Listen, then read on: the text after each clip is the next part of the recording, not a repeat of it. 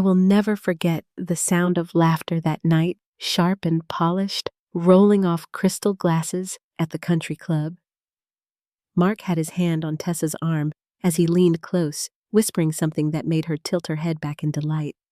I stood near the edge of the room, smile frozen in place, pretending to admire the flower arrangements, when all I could hear was that laugh. It wasn't just friendly, there was something layered beneath it, a private language I hadn't been invited to learn. In that instant, with music swelling and cameras flashing, I felt the first tremor of a fault line that would soon shatter the life I thought I knew. Before I continue, let me know in the comments where you're listening from, and don't forget to like and subscribe for more true family stories about love, betrayal, and quiet justice. My name is Elena Brooks. I've spent the last 20 years working as a high school counselor in our small Midwestern town. I believed in building a steady life, one where children grew up safe and marriages deepened with time. Mark, my husband, worked as a regional sales director. His job kept him on the road, but he always promised it was for us. For the house we loved, for the college fund, for the future we had planned. We married young, raised our daughter Lily with a mix of laughter and discipline, and from the outside, people told us we were the picture of balance. When I was younger, I imagined marriage as a quilt stitched together by years of shared meals and small compromises. For a long time, I thought that was true for us. Mark brought home roses after long trips, and I kept the house running when he was gone. Our friends often said we had it figured out, that we balanced one another, his charisma and my patience. For a while, I believed it too. We attended school concerts, Sunday cookouts, and family gatherings, the rhythm of life so steady I almost mistook it for security. But looking back, I realized that cracks don't announce themselves with fanfare. They start quietly in the late-night phone that goes unanswered, in the business trips that stretch a little longer each year, in the way his eyes would linger too long on a friend's smile. At first, I brushed it aside. After all, Mark was charming, and charm often strayed without malice. But charm, when mixed with secrecy, begins to sour into something else. Tessa had been my friend since our daughters were in elementary school together. She was bold, full of energy, and knew everyone worth knowing. When she offered to help plan my father-in-law Walter's retirement party, I thought it was generous. I didn't realize then that generosity can sometimes disguise ambition. Walter, a proud man who built his life with calloused hands as a contractor, adored Mark. He often said his son inherited his determination, though I sometimes wondered if what Mark truly inherited was Walter's stubbornness without his loyalty. The night of the country club gala was supposed to be about Walter, his years of work, his quiet sacrifice, his transition into the slower pace of retirement. But as I watched Tessa lean close to my husband, her manicured fingers brushing his sleeve, it became clear that the spotlight was drifting. Mark looked younger in that glow, more alive than he had in years, while I stood unnoticed at the edge. I told myself it was nothing that old friends can laugh and touch without meaning more. Yet a cold weight settled in my chest that I couldn't shake. When the evening ended, Mark draped his arm casually around my shoulders as if nothing had shifted. He drove us home through quiet streets while I stared out the window, the lamplight blurring into streaks. He hummed softly to the radio content in his own world, while I bit the inside of my cheek to keep from asking questions. Sometimes silence is not peace, it is survival. A fragile thread holding together what you're not ready to see unravel. That night, as I stood in the kitchen rinsing wine glasses, I thought of the way Tessa's laughter echoed louder than my own voice had in years. It was then I realized something dangerous. Betrayals often begin long before they're spoken aloud. And mine had already started. The days after Walter's retirement gala should have been filled with warm stories and family pride. Yet something in me felt unsettled. I couldn't erase the image of Tessa leaning close to Mark, her laughter cutting through the music like a bell meant only for him. I tried to brush it aside, telling myself I was tired from the party and too much wine, but the memory returned at odd moments. Folding laundry, sitting at my desk, stirring soup on the stove, I would suddenly hear her laughter in my head, light and unguarded, as though I had stumbled into a private room. A week later, we gathered at Walter's home to help sort through his tools and paperwork. The old contractor's garage was lined with heavy wooden shelves, every pegboard hook holding some relic of his trade. Walter insisted on showing Mark which wrenches were worth keeping and which he should donate. Joanne hovered nearby, reminding him to pace himself, though Walter ignored her fussing with the stubborn pride of a man who had spent his life building with his hands. Lily wandered in and out, pretending to help while really texting her friends. I moved between rooms, keeping coffee cups filled and trying to avoid the heaviness sitting in my chest. At one point, I stepped out onto the porch to catch a breath of air. The autumn sky was low and gray, the kind of day where wind carries the smell of rain before a drop falls. Through the thin walls of the house, I heard voices, Mark's low tone, and Tessa's quicker cadence. They were standing in the kitchen, going over something with a kind of intensity that didn't fit casual conversation. I lingered outside, listening without meaning to. "We'll figure it out before the holidays," Mark said firmly. "And she won't suspect a thing," Tessa replied, her voice dropping almost conspiratorial. My hand tightened around the mug I was holding. I stepped back in the screen door, creaking. Their heads snapped toward me in perfect unison. Tessa's smile appeared first too bright, too quick.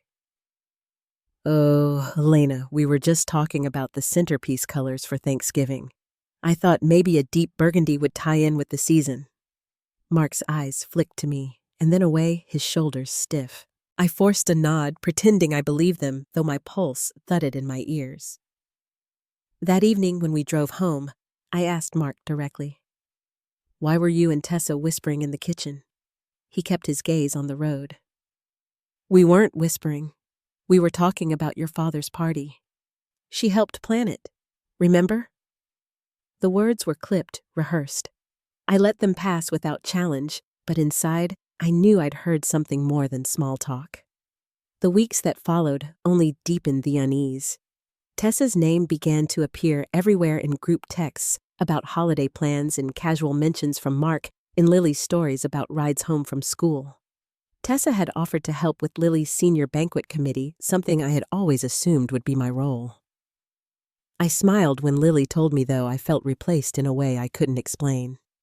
One afternoon, I arrived early to pick Lily up from practice. The parking lot was nearly empty, and as I pulled into a space, I saw Mark's car parked near the far corner.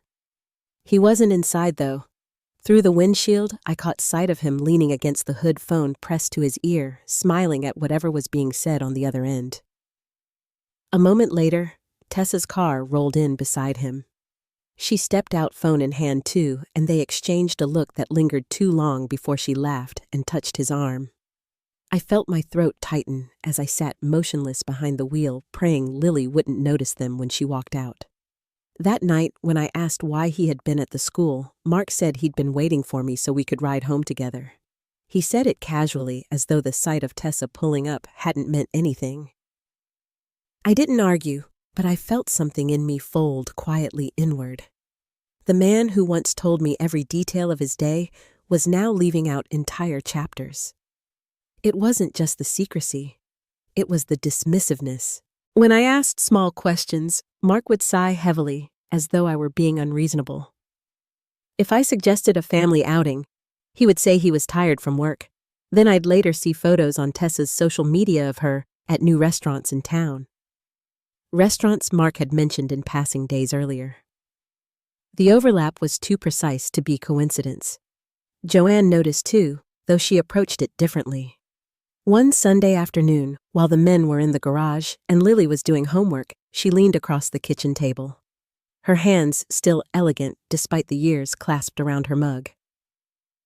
"You should watch carefully, Elena," she murmured. "Tessa has always liked what belongs to other women." The words chilled me, not because they were cruel, but because they echoed the doubt already sitting heavy in my chest. As Thanksgiving drew closer, the house grew colder in ways that had nothing to do with the season. Mark was quick to anger, quicker to silence. He started spending more evenings at the office, though I'd long known most of his work could be handled from home. When he did sit at the dinner table, he seemed restless, checking his phone, often barely looking at me or Lily. The distance was no longer subtle. It was a chasm widening each day. I wanted to believe it was stress. I wanted to believe it was midlife weariness. But the truth was etched in every sideways glance, every missed call, every too bright laugh that slipped from Tessa's lips when she stood a little too close. What I had once thought of as a stable marriage was shifting under my feet, and I could no longer pretend the ground was firm. By the time Thanksgiving arrived, I knew that whatever secrets they were guarding would not stay hidden much longer. The table was set, the candles lit, and the family gathered, but beneath the clinking of silverware and polite conversation, tension hummed like an unspoken threat. I could feel it pressing against the walls of our home, waiting to break loose. The Thanksgiving table looked beautiful that year. Linen napkins folded just right, Walter's favorite pecan pie cooling on the sideboard, and a fire crackling in the hearth. Family gathered around, voices rising and falling in polite conversation. Yet beneath the warmth, there was an undercurrent I couldn't ignore. Mark sat at the far end beside Tessa, their chairs angled slightly toward each other, shoulders brushing whenever one leaned in to speak. From where I sat, their laughter floated above the clinking of silverware, private and constant, like a current that excluded the rest of us. I tried to keep my focus on Lily. She had dressed carefully, a soft blue dress that made her look older than her 17 years, and she was chattering about college applications to Joanne. But even as I smiled at my daughter's enthusiasm, my eyes drifted back down the table. Tessa touched Mark's sleeve when she reached for the gravy boat, and he didn't pull away. Instead, he looked at her as if she had said something only he could understand. When the meal ended, the men drifted toward the living room to watch football, while the women gathered in the kitchen. Joanne rinsed dishes at the sink, her movements brisk, while I stacked plates. Tessa leaned against the counter, scrolling through her phone, offering little in the way of help. After a moment, Joanne gave me a look that was sharper than her usual polite glances. "You should keep your eyes open, Elena," she murmured. "Some people thrive on stepping into places they don't belong." The words hung in the air like smoke, and though Tessa pretended not to hear, I saw her jaw tighten. That night, when we returned home, the silence in the car felt heavier than usual. Lily fell asleep in the back seat, her head against the window, and I sat stiffly beside Mark as he drove. I wanted to ask him why he had chosen to sit with Tessa, why he laughed at her jokes while ignoring mine, but the words caught in my throat. Instead, I pressed my hands together in my lap and listened to the steady rhythm of the tires on the road. In the weeks that followed, I felt the shift growing sharper. Mark spent more nights away, claiming late meetings or regional calls. When he was home, he carried his phone everywhere, answering texts with a quick smile before tucking it out of sight. Once when I asked who he was talking to, he replied too quickly, "Just a colleague," and walked into another room. The old habit of sharing details had vanished. Our conversations grew thin like fabric worn down from years of use. December arrived with its string of obligations. School concerts, Walter's birthday holiday gatherings, each one placing us together in rooms where Tessa was always present. At Walter's birthday dinner, she brought a gift wrapped in gold paper and placed it directly into Mark's hands, ignoring me entirely. He thanked her with a smile that lasted a fraction too long, while I stood at his side, holding my own small gift for his father. I felt invisible, as though I had been quietly erased from my own family's story. Even Lily began to notice. One evening, as we decorated the tree, she glanced at me cautiously. "Mom," she said softly, "why is Dad always with Mrs. Grant lately?" My hands trembled as I adjusted an ornament. "They've been helping with family events." I said, my voice steady, though my heart was not.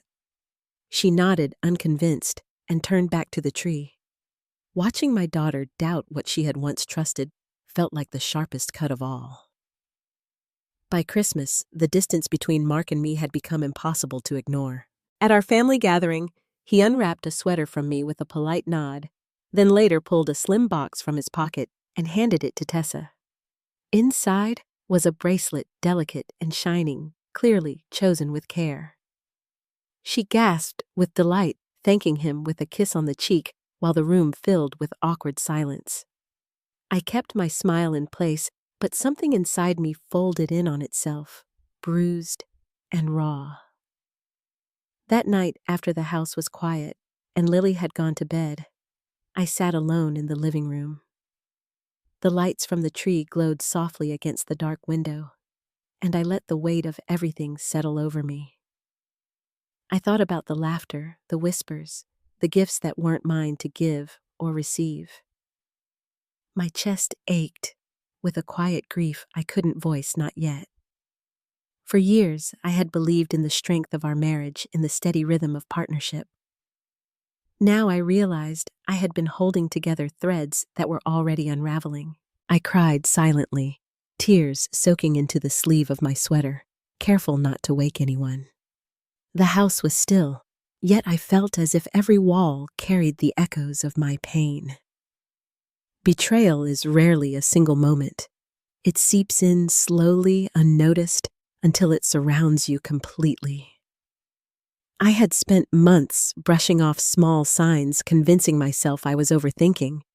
But now, sitting alone in the glow of the tree, I could no longer deny it. Mark's absence wasn't just physical. It was emotional, complete, deliberate. And though I had not yet spoken the words aloud, I knew the truth had already begun its quiet march into the open. What hurt most was not only the betrayal itself, but the way it hollowed out the life we had built. As the new year began, I told myself I would find strength. Yet each time I looked at Mark, I saw only distance. Each time Tessa entered a room, I felt my heart tighten. The silent suffering became my daily companion, unseen by most, carried quietly as I moved through work, through family dinners, through every ordinary moment. And still, somewhere beneath the sorrow, a faint thread of resolve began to stir. I didn't know yet how or when, but I understood one thing clearly: the truth would not stay hidden forever. January brought bitter cold, the kind that seemed to slip through window panes no matter how high the thermostat was turned. I bundled myself in sweaters and scarves, but nothing seemed to warm the distance that had grown inside my home. Mark came and went with a rhythm I no longer recognized, and when he was there, his presence felt more like absence. He would sit at the table with his phone face down, as though pretending to be attentive, but the tension in his shoulders told me where his thoughts drifted. I tried to bury myself in work at the high school. Counseling students about their own futures was strangely grounding when my own marriage felt so uncertain. I listened to seniors worry about college, about leaving home, about losing the stability they had always known.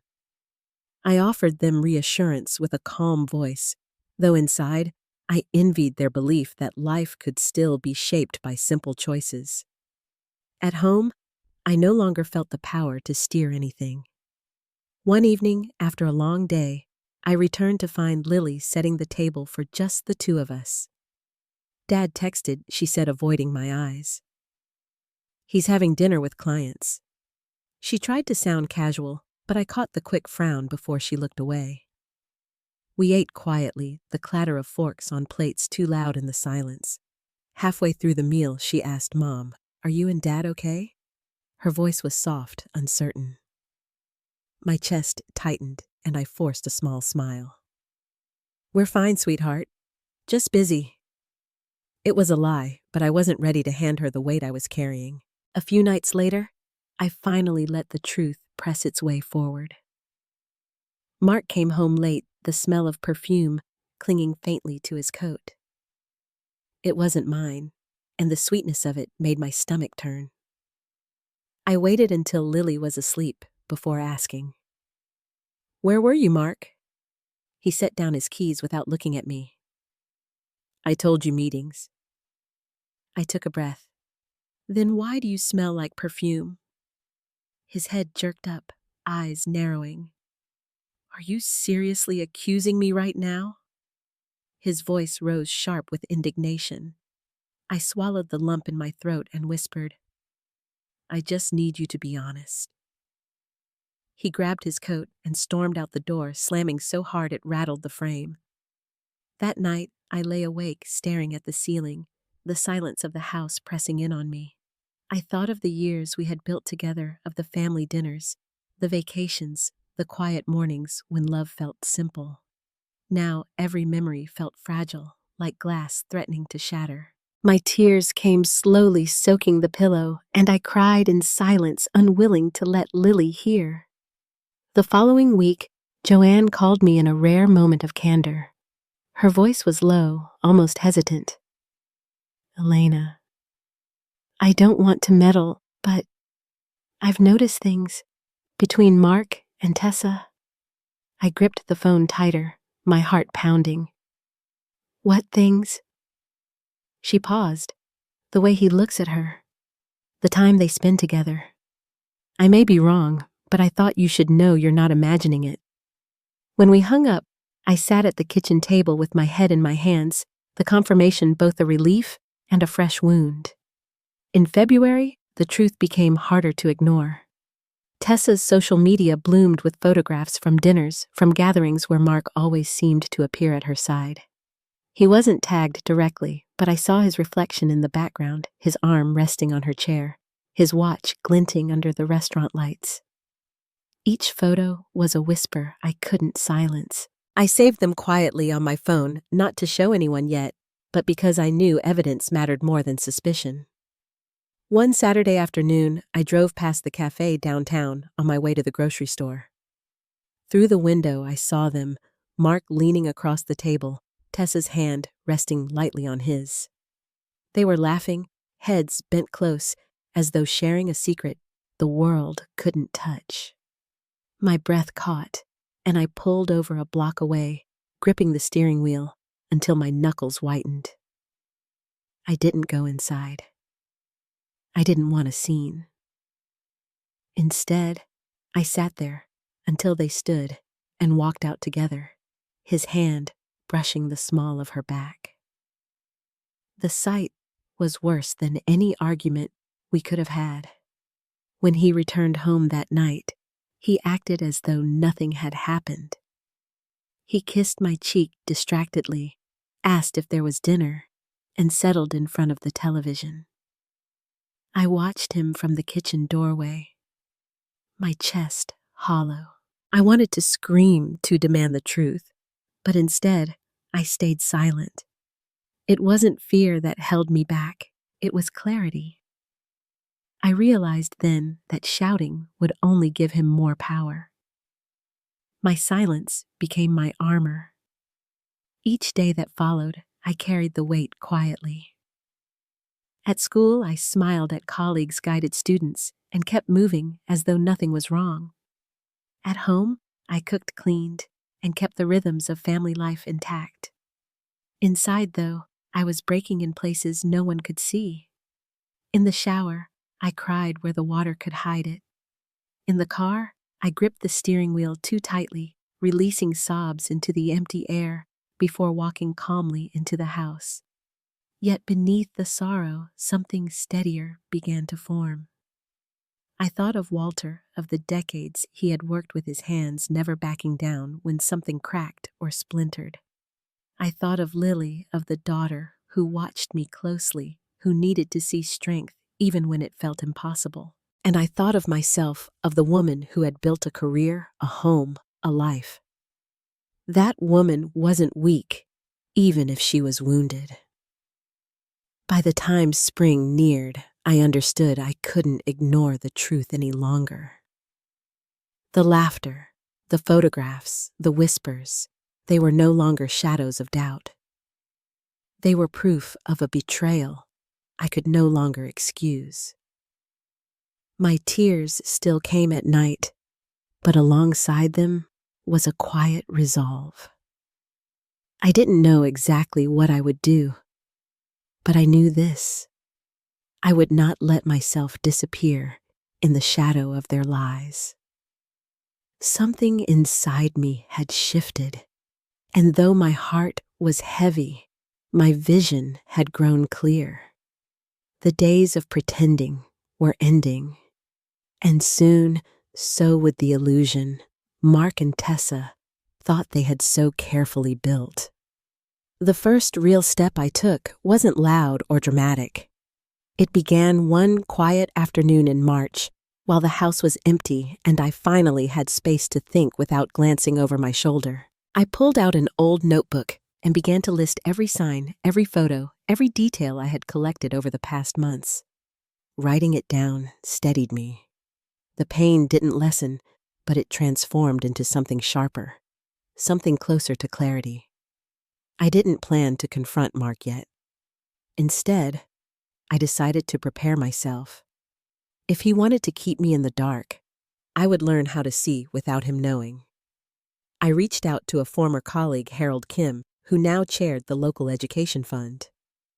We had worked together on scholarships years before, and he had always respected my steady approach. Over coffee, I explained that I was quietly reviewing our household finances and asked if he could recommend a trustworthy attorney for guidance. He studied me for a long moment, then gave me a name. "Whatever you're facing," he said softly, "remember you deserve to protect what's yours." I carried his words with me when I called the attorney's office the following week. The woman who answered spoke gently, setting an appointment for the following Thursday. I didn't tell Mark where I was going that day. I told him I had extra sessions at school, and he nodded distractedly, already scrolling through his phone. When I sat across from the attorney in her office, the air smelled faintly of paper and ink, and for the first time in months, I felt grounded. I explained my situation carefully, avoiding the mess of emotions, focusing instead on facts: my income, the house deed, our accounts, and what I had begun to suspect. She listened without interruption, then leaned forward. "Elena, you're wise to come now before anything escalates. Protecting your assets isn't about revenge. It's about dignity. If your marriage continues to unravel, you won't be left powerless." Her calm certainty steadied me. She suggested steps I could take quietly: organizing documents, updating beneficiaries, monitoring accounts. I left her office with a folder tucked under my arm, the weight of it strangely comforting. That evening, Mark came home late again. He kissed my cheek as if nothing were wrong and talked about a new client dinner. I nodded, serving dinner, but inside, I felt a shift. For months, I had been on the defensive, drowning in suspicion and sorrow. Now, for the first time, I felt like I had taken back a measure of control. Over the next few weeks, I moved carefully. I sorted old papers in the study, sliding key documents into a locked drawer. I checked statements and made quiet notes. Whenever Mark grew short-tempered or dismissive, I bit back the urge to lash out. Instead, I smiled, kept the peace, and reminded myself that silence could be stronger than accusation. Lily noticed the change in me. One afternoon, she came into the kitchen while I was making tea. "You seem different, Mom." "Calmer, I guess." I handed her a mug of cocoa and kissed the top of her head. "Sometimes calm is the best shield," I murmured. She didn't ask more, and I was grateful. The hardest part was enduring Tessa's presence. She seemed bolder as spring wore on, more certain of her place in gatherings. At Walter's house one Sunday, she breezed in carrying a casserole as if she belonged. Mark lit up when she arrived, his smile brighter than I had seen in months. I stayed composed, chatting with Joanne about garden plans even as my stomach twisted. But later, when I returned home and closed the bedroom door, I wrote down every detail in my notebook, each moment another stitch in the fabric of truth I was quietly weaving. By April, the weight of secrecy no longer crushed me. Instead, it steadied me. I no longer cried into my pillow at night. I watched, I listened, and I planned. If Mark believed he was winning by keeping me in the shadows, he was wrong. Each quiet step I took drew me closer to the moment when his lies would unravel under their own weight. I didn't know yet how the breaking point would arrive, but I could feel it moving closer like thunder, rolling in the distance before a storm. And when it came, I promised myself I would be ready. The breaking point came on a warm evening in late April. Lily had gone to a friend's house to study, and I was alone in the kitchen preparing dinner. I heard the front door open and close, then the low hum of Mark's voice. He wasn't alone. Tessa's laugh followed, light and careless, echoing down the hallway as if she owned the space. My hands froze on the cutting board. For months, suspicion had lived in shadows, but now the betrayal had walked into my home. They entered the dining room, their words hushed, unaware that I stood just around the corner. Mark's voice carried first. "She doesn't suspect how deep we're in. By summer, things will be different." Tessa sighed. "It would be easier if she'd just give up the house. We could start fresh." I stepped into the doorway before either of them realized I was listening. The knife still in my hand, the scent of onions clinging to my fingers. I looked straight at them. "Start fresh where exactly?" My voice was calm, steady, though my heart pounded. Tessa's face drained of color, and she reached for her purse as though to shield herself. Mark froze, mouth opening, then shutting again, like he had lost the ability to form words. Finally, he muttered, "Elena, you're misunderstanding." I set the knife gently on the counter and wiped my hands on a towel. "No, I think I understand perfectly. You've brought her into my home, into our life, and you think I'm blind." Tessa shifted uneasily, eyes darting toward the door. "Maybe I should go," she murmured. I tilted my head. "No, stay. You've already made yourself comfortable."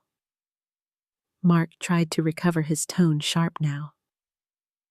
"This is why I didn't want to say anything. You twist everything into an attack. Tessa is just a friend."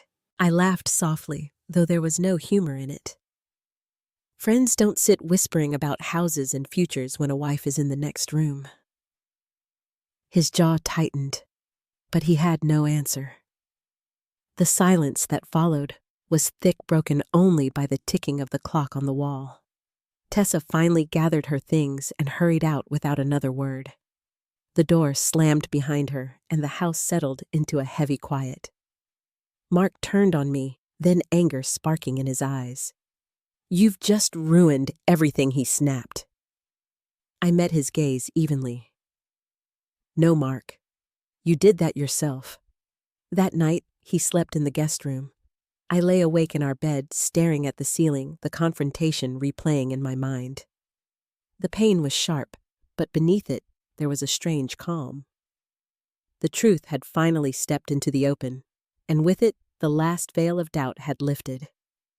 The next morning, he tried to return to normal. He poured coffee, asked about my schedule, spoke as though the night before had never happened. I answered politely, but with distance, watching him closely. For the first time, I saw him not as my husband, but as a man who had underestimated me. He believed he could still control the story, that I would retreat into silence. He was wrong. I began to move differently after that day. At school, I kept my focus on the students, but in the quiet moments between meetings, I organized documents, made copies, and built a careful record. At home, I observed storing away every careless comment, every unexplained absence, every inconsistency. Mark grew bolder, mistaking my calm for surrender. but each time he left for another client dinner, I added to my quiet archive. Walter called one afternoon, his voice gruff but concerned. "Elena, is everything all right between you two? I've noticed tension." I hesitated, then replied carefully. "Some things have come to light. I'm handling it." There was a pause on the line before he said, "You're stronger than he realizes."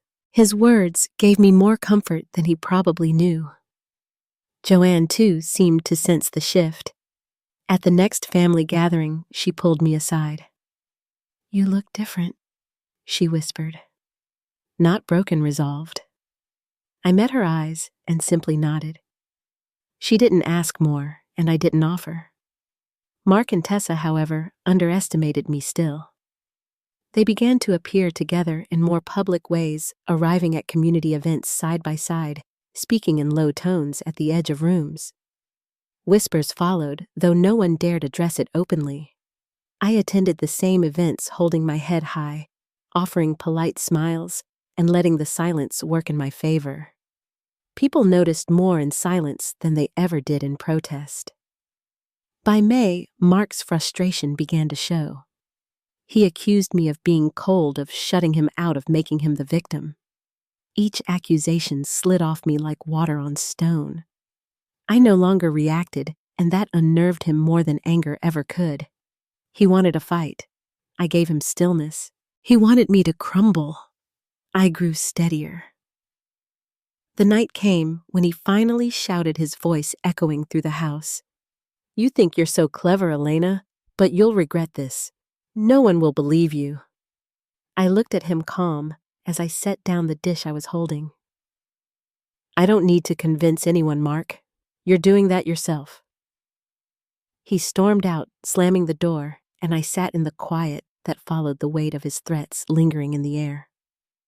Yet instead of fear, I felt a steady resolve.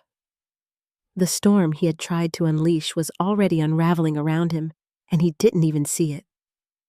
I knew then that the moment was approaching, the moment when the truth would no longer be confined to my kitchen or whispered in the dark. It would be seen, undeniable, and unmerciful. And when that day arrived, there would be no going back. The storm broke at Walter's retirement gala, though none of them saw it coming. The banquet hall gleamed with polished wood floors and tall windows, every table draped in white linens and lined with flowers. Guests laughed and raised glasses honoring Walter for his decades of work. But beneath the surface, currents pulled in different directions. Mark stood near the stage, smiling for photos, while Tessa floated through the room as if she were already the hostess. I moved quietly among the guests, calm, steady, and prepared. By then, I had everything I needed. With Rebecca Hall's guidance, I had secured our assets, filed documents discreetly, and ensured that Lily and I were protected no matter what storm followed. I had also chosen this night for a reason. Family, friends, and community leaders filled the hall, including Harold Kim, who had offered steady support behind the scenes. If the truth was going to surface, it would not be whispered in corners anymore. It would be undeniable. The moment came when Walter raised his glass to thank everyone. Mark stepped forward, arm sliding around Tessa's waist, his hand lingering in a way that left little doubt about what had grown between them. The murmur in the room was subtle but unmistakable. I let the silence settle before stepping up to the microphone. My voice was clear, even carrying across the hall. "Before we go on, there's something I need to say." Every eye turned toward me. Mark's smile faltered, and Tessa stiffened beside him. I held the microphone steady. For months, I've watched as loyalty in this family has been traded for whispers and shadows. I stayed silent while my husband and my so-called friend wove lies in the dark. Tonight, I choose silence no more. Gasps rippled through the room. Mark tried to laugh it off, muttering, "Elena, not now," but I pressed on. From my folder, I pulled photographs, images of them at dinners, meetings, stolen moments captured by their own carelessness. I held them up, my hand steady. This is the truth they've tried to hide. Not just betrayal of vows, but betrayal of trust, family, and dignity. Tessa's face flushed crimson. She stammered, "This is inappropriate," but her words dissolved under the weight of the murmurs spreading through the hall. Joanne rose from her seat, her sharp voice cutting through the noise. "I told you both this would come to light." Walter sat in stunned silence, his weathered hands clenched around his glass. Mark lunged toward me, hissing under his breath. "You'll regret this." I met his glare with calm resolve. "No, Mark.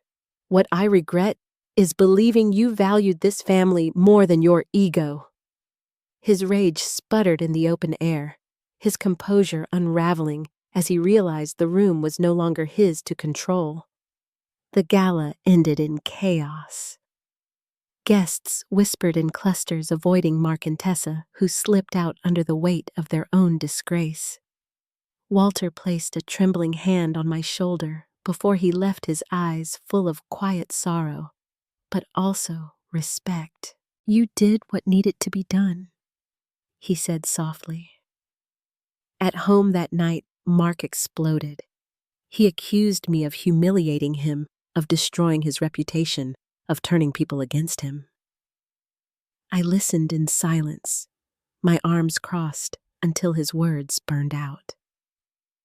Then I spoke plainly. "You destroyed yourself. I simply refuse to cover for you." He stormed into the guest room, slamming the door. I stood in the quiet kitchen, the faint smell of wine and roses still clinging to my dress, and felt the air clear. The days that followed brought more fallout than I could have imagined. Tessa's clients began canceling events, unwilling to trust their reputations to someone caught in scandal. Mark's company pulled him from regional accounts, citing concerns about discretion. Messages trickled in from friends and acquaintances, some offering sympathy, others simply keeping their distance from the wreckage. Through it all, I kept my head high. I went to work, tended to Lily, and moved forward one step at a time. Joanne called often, her voice a mix of sharpness and support. "They thought you'd crumble," she said once. "Instead, you've shown them what strength looks like." I thanked her quietly, knowing she was right. Mark tried to bargain as his world narrowed. He offered half-hearted apologies, promises of change, even veiled threats about dragging me down with him. I answered each one with the same steady calm. "I'm not afraid of the truth." My silence was no longer a shield. It was the proof of my strength. By early summer, it was clear their schemes had collapsed. Tessa's business faltered, and Mark's career was in tatters. The very attention they had craved had turned against them. And I, the woman they had dismissed, stood steady in the ruins they had made. Yet even in their downfall, I knew there was one final step left, one that would close the circle completely. The papers were ready, the path clear, and my resolve unshakable. The time had come to reclaim not just my dignity, but my future. The final step was as quiet as it was decisive. With Rebecca Hall's guidance, I filed the papers that ended my marriage to Mark. No shouting, no last-minute bargains, just signatures, dates, and a final recognition of what had already been lost. When I placed my pen on the desk, I felt a wave of release I hadn't known I was holding. It wasn't joy exactly, but it was freedom, and freedom can be enough. Walter called after the news spread through the family. His voice carried the weariness of age, but also respect. "You did what was right," he said. Joanne later added, "Sometimes strength looks like walking away while they're still shouting." Those words settled into me like stones that steadied rather than weighed me down. For years, I had wondered if I could withstand the collapse of a life I thought unshakable. Now I knew I could. Mark tried once more to reach out, though the bravado was gone from his voice. His messages wavered between regret and resentment, but I answered none of them. Tessa faded even quicker. Without her clients and her carefully polished reputation, she slipped quietly out of view. The two of them had once believed their laughter at the edge of a room gave them power. Now that laughter was gone, and with it, the illusion they built. Lily and I adjusted slowly, learning the rhythms of a new life together. She was old enough to see through the cracks and wise enough not to press me for more than I could give. One evening, as we sat on the porch watching fireflies drift over the lawn, she said simply, "You seem lighter, Mom." I smiled because she was right. The burden of silence had been heavier than I realized, and now it was gone. I returned to my work with a new sense of steadiness. My students saw the same counselor they had always trusted, but inside, I carried something different. I had learned that dignity is not in avoiding pain, but in walking through it without letting it strip you of your worth. The betrayal had been sharp, but it had not defined me. What defined me was the choice to protect myself, my daughter, and the life we still had ahead. Looking back, I see now that the quiet steps were the most powerful ones. Not the confrontation in a crowded hall, not the whispers that preceded it, but the steady resolve to protect what was mine without lowering myself to their chaos. Justice doesn't always roar. Sometimes it simply holds steady until the truth reveals itself. If there is one lesson I carry, it is this. You cannot control the choices of others, but you can decide what you will and will not accept. Betrayal may shake the ground beneath you, but it cannot erase your foundation if you stand firm. In the end, I did not win by breaking them. I won by refusing to let them break me. Before we close, I'd love to know what part of this journey spoke most to you. Share your thoughts in the comments, and if you'd like to hear more true family stories, stay connected here.